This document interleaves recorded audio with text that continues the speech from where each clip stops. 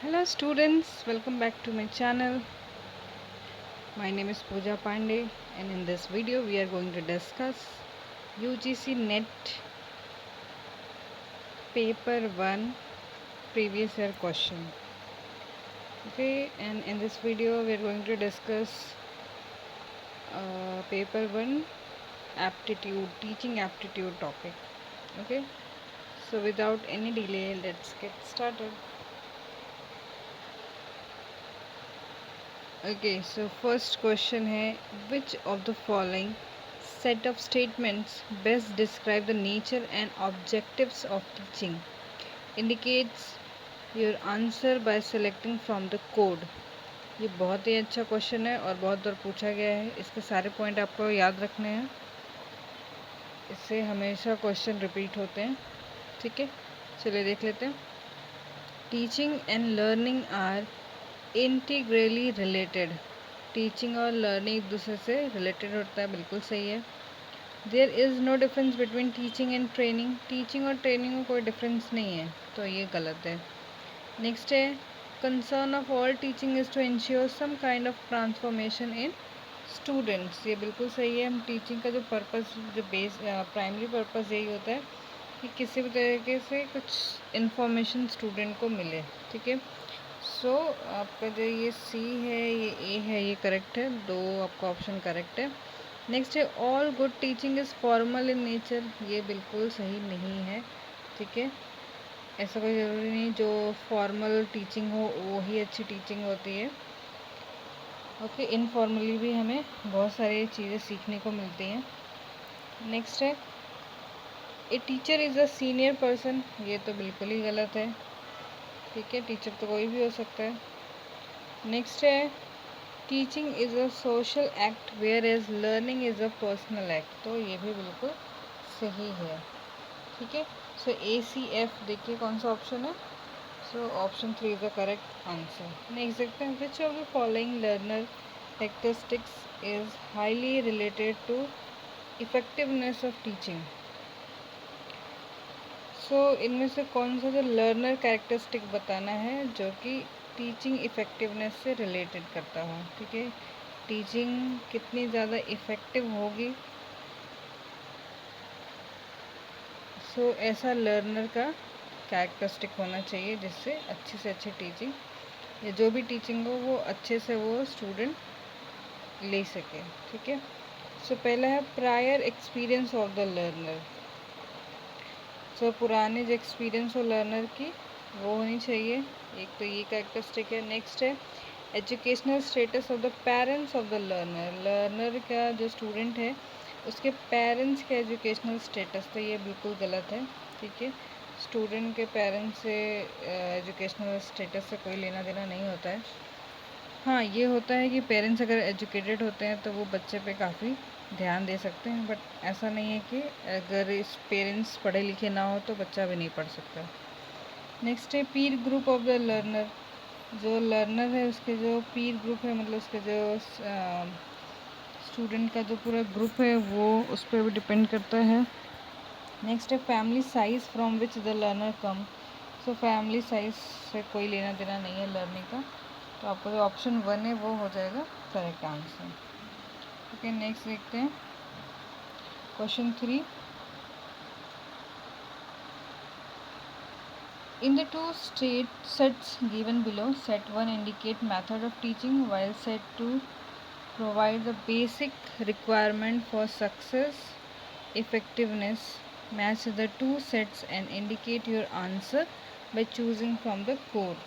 So ऐसे question में अगर आपको एक दो के आंसर पता है तो आप बहुत इजीली इसको कर सकते हैं. ठीक है, तो देखते हैं पहला, लेक्चरिंग. लेक्चरिंग क्या होता है? ये जो होता है इसमें लेक्चरिंग में आपने देखा होगा कि जो टीचर आते हैं वो जो इन्फॉर्मेशन है वो डिलीवर कर देते हैं. ठीक है, सो ये जगह कंटेंट डिलीवरी इन अ ल्यूसिड लैंग्वेज. ओके, सो जो लेक्चरर होते हैं वो सीधा आते हैं और जो भी चीज़ें बतानी होती है वो अपना बता के चले जाते हैं, तो उसको बोलते हैं ल्यूसिड लैंग्वेज. ओके, सो देखिए अगर हमें एक इसमें पता है और आप देखें ज़रा ऑप्शन में, तो ए का जो 3 है वो सिर्फ थर्ड ऑप्शन में है। तो अगर आपको सिर्फ एक भी पता है तो आप कोई आसानी से आप ये कर पाएंगे, ठीक है। बी का देख लेते हैं, discussion in group. So discussion in group जो हो जाता है वो होता है theme based interaction among participant. जो भी पार्टिसिपेंट होते हैं उनमें थीम बेस्ड इंटरेक्शन होता है, ठीक है। कोई भी थीम होता है, ग्रुप डिस्कशन का कोई भी टॉपिक होता है और उसके बीच में जो उसमें पार्टिसिपेंट होते हैं, जो स्टूडेंट होते हैं, वो एक दूसरे से इंटरेक्ट करते हैं, ठीक है। नेक्स्ट है ब्रेन स्टॉर्मिंग। ब्रेन स्टॉर्मिंग देखिए क्या होता है कि इसमें जो होता है, आपको जो स्टूडेंट होते हैं या जो पार्टिसिपेंट होते हैं उनको ऑन स्पॉट जो है कोई एक टॉपिक दिया जाता है और फिर वो उसके बारे में सोचते हैं और जो भी उनको समझ में आता है वो उसके बारे में बताते हैं, ठीक है। इसको बोलते हैं ब्रेन स्टॉर्मिंग।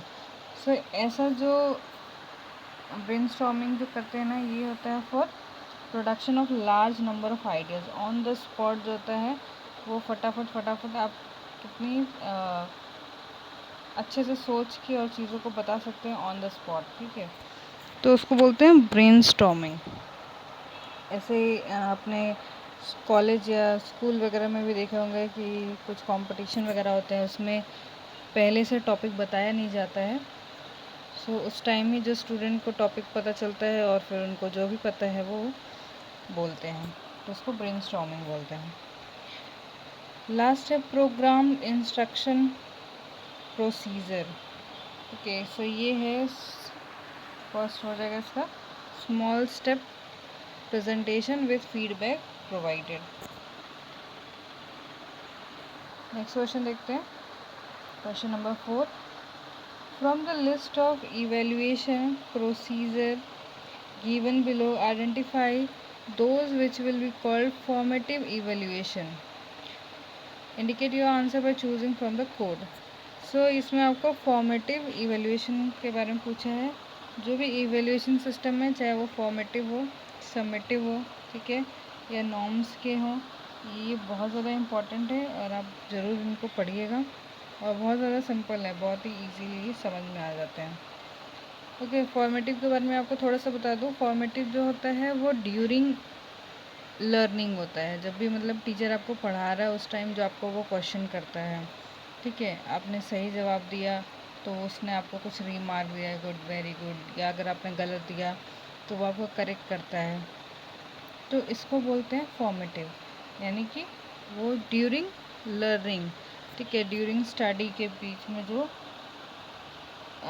जो भी इवेल्युएशन होता है, जिस भी तरीके से हो, उसको हम फॉर्मेटिव इवेल्युएशन बोलते हैं।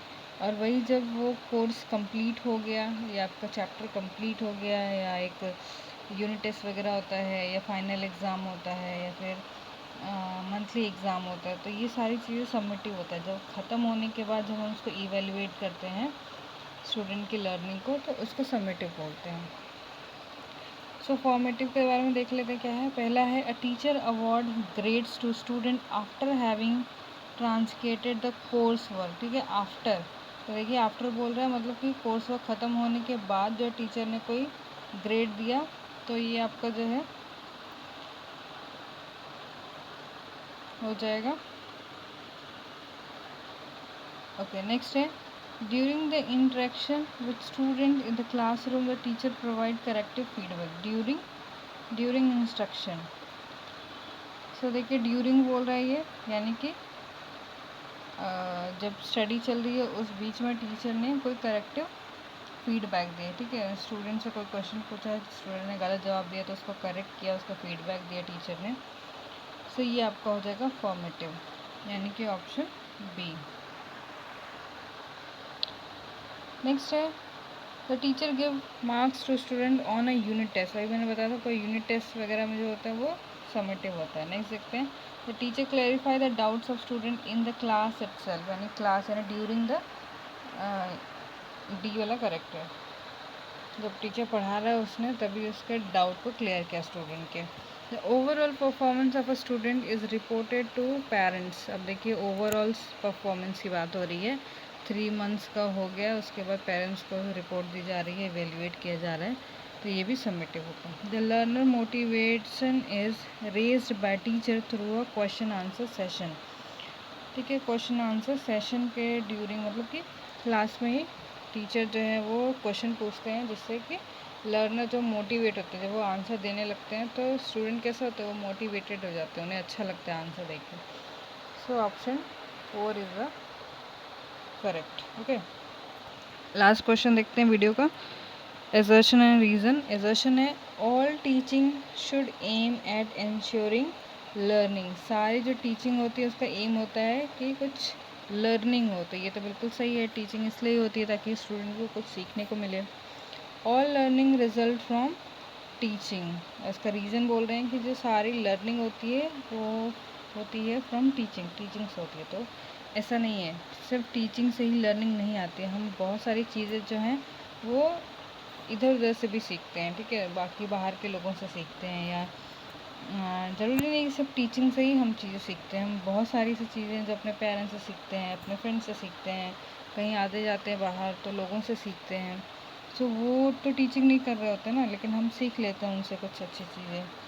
तो इसलिए आपका जो एजर्शन है वो तो सही है, बट रीज़न गलत है। So option 3 is the correct answer.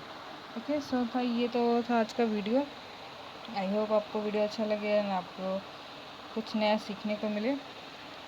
And guys, एक रिक्वेस्ट है, आप वीडियो को प्लीज़ शेयर करें अपने फ्रेंड्स के साथ, चैनल को सब्सक्राइब करें, वीडियो को लाइक करें, एंड कोई भी सजेशन हो तो प्लीज़ कमेंट सेक्शन में ज़रूर लिखें। आपके कमेंट मुझे अच्छे मिलते हैं तो मुझे भी मोटिवेशन मिलता है, ताकि मैं अच्छे अच्छे वीडियोस जल्दी जल्दी आपके लिए बनाऊं। Okay, thank you very much for watching the video.